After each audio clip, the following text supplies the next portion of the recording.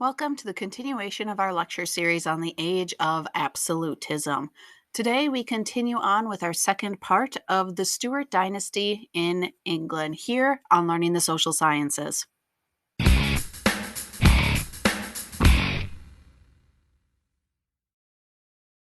The Stuarts showed England that they were not ones to work well with Parliament, so much so that Charles I lost his head over the arguments. However, the reign of Oliver Cromwell proved to be unbearable for many within England, and the minute he passed away, they called for the restoration or the return of King Charles II and the House of Stuart. Now, Charles II is the son of King Charles I. However, unlike his father, he had charm, poise, and he was politically savvy. One of the first things he did was restore the theaters and to reopen the pubs and the sporting events and venues that were closed under the Cromwell years. And yes, he reestablished Christmas. He favored religious toleration, trying to act more like a politique. However, he does have Catholic sympathies. He realized that he could not repeat the mistakes his father had made and had to kind of walk the line. Yet, he still continues on that Stuart tradition of not really working that often with Parliament or calling them in to be if, he doesn't need to. So in 1661, Charles formed what was known as the Cavalier Parliament, filled with royalists. He disbanded the Puritan army that Cromwell had created, but he did pardon most Puritan rebels. So he is somebody that kind of let bygones be bygones. He also restored the authority of the Anglican Church or the Church of England. In 1662, he also passed the Act of Uniformity. All clergy and church officials had to conform to the Anglican Book of Common Prayer. It forbade nonconformists, also known as dissenters, to worship publicly, to teach their faith, or to attend universities within England. This is going to cause some people to literally jump ship and leave the country, predominantly for areas like the Americas. As you all know, we are going to be having Puritans and Pilgrims show up in the Massachusetts colony. Further acts that Charles II passed include the Test Act, which Parliament excluded all but Anglicans from civilian and military positions. And in 1678, he passed the Habeas Corpus Act, which just basically said any unjustly imprisoned persons could obtain a writ of habeas corpus, compelling the government to then explain why they had lost their liberty and freedom. Now, when Charles II passed away, he did not have a legitimate heir to the throne. Note that I said legitimate.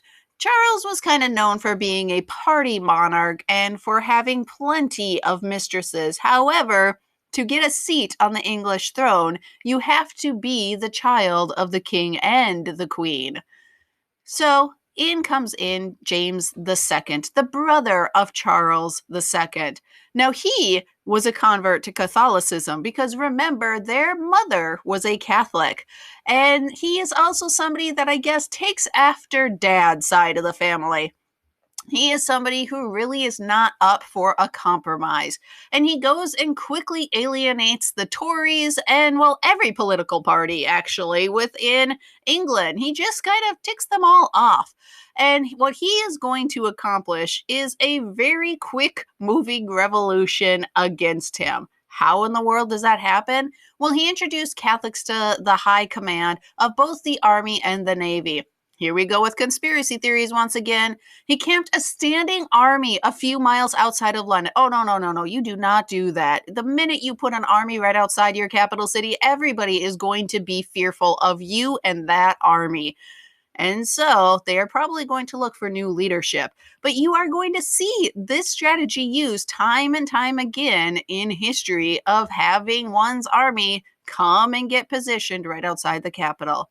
He surrounded himself with Catholic advisors, and he attacked Anglican control of universities. He claimed the power to suspend or to even dispense the acts of Parliament.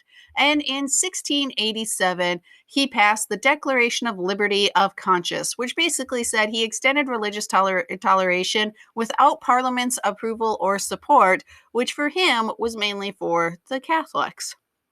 So that brings in then the Glorious Revolution of 1688. Whig and Tory leaders, now both kind of ticked off with their monarch, offered the throne jointly to James II's daughter, Mary, who is over in the Netherlands because her husband is William of Orange. With that, both of them actually agree to come over and rule England. Sorry, Dad, I guess I just want the throne. Now, this is going to be a little bit of a sticky situation, I guess, for, future family gatherings if they ever happen. But William of Orange is somebody who seems to be well loved within England. He was victorious against Louis XIV, and he was seen as a champion of the Protestant cause. And so having William of Orange and Mary come in, somebody legitimate in the bloodline, seems like a good option for the English people. They also agree to the English Bill of Rights, which basically settles all major issues between the king and parliament, and it will serve as a model for the United States Bill of Rights. It also formally kind of made this base for civil liberties that then are going to be expanded upon within English history. So, what is the English Bill of Rights addressing? Well, in terms of its main provisions, the king cannot suspend the operation of laws. Hey, you can't disband Parliament. The king could not interfere with the ordinary course of justice. No taxation can be levied or a standing army maintained in peacetime without Parliament's consent. Freedom of speech in Parliament needs to happen. Sessions of Parliament would be held frequently, not like, being disbanded for 10 years. Subjects had the right of bail, petition, and freedom from excess fines and cruel and unusual punishment. The monarch also must be a Protestant. We have the freedom from arbitrary arrest. Censorship of the press is going to be dropped, and it is also going to be putting in items for religious toleration. With that, James II, he is going to kind of put up a fight. However, he is not going to win this glorious revolution. Really, the only blood that was spilled was when James II found out that his daughter had betrayed him and that the revolution was happening, and he got a nosebleed. So, yeah. There is fighting going to be happening, though, in Ireland as James goes to try to take that. However, William of Orange is going to go over there and stop that.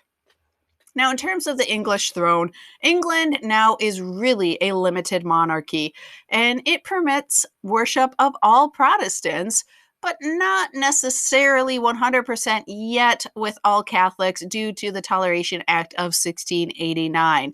However, they also put in various stipulations that is eventually going to also lead to King George I of the House of Hanover coming to the throne. Why is that? Well, we're going to have some issues here. William and Mary are not going to be having an heir.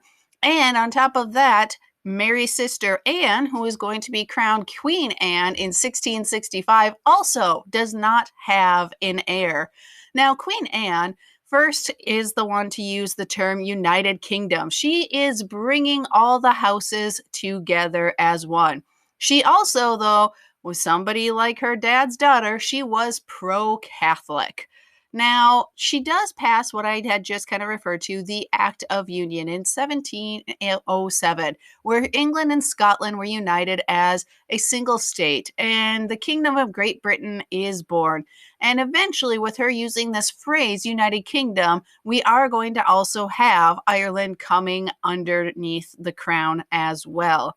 Now, Anne is going to be the last of the House of Stuart, and she is going to be succeeded by her second cousin, George I of the House of Hanover, who was a descendant of the Stuarts through his maternal grandmother, Elizabeth, who was the daughter of James I.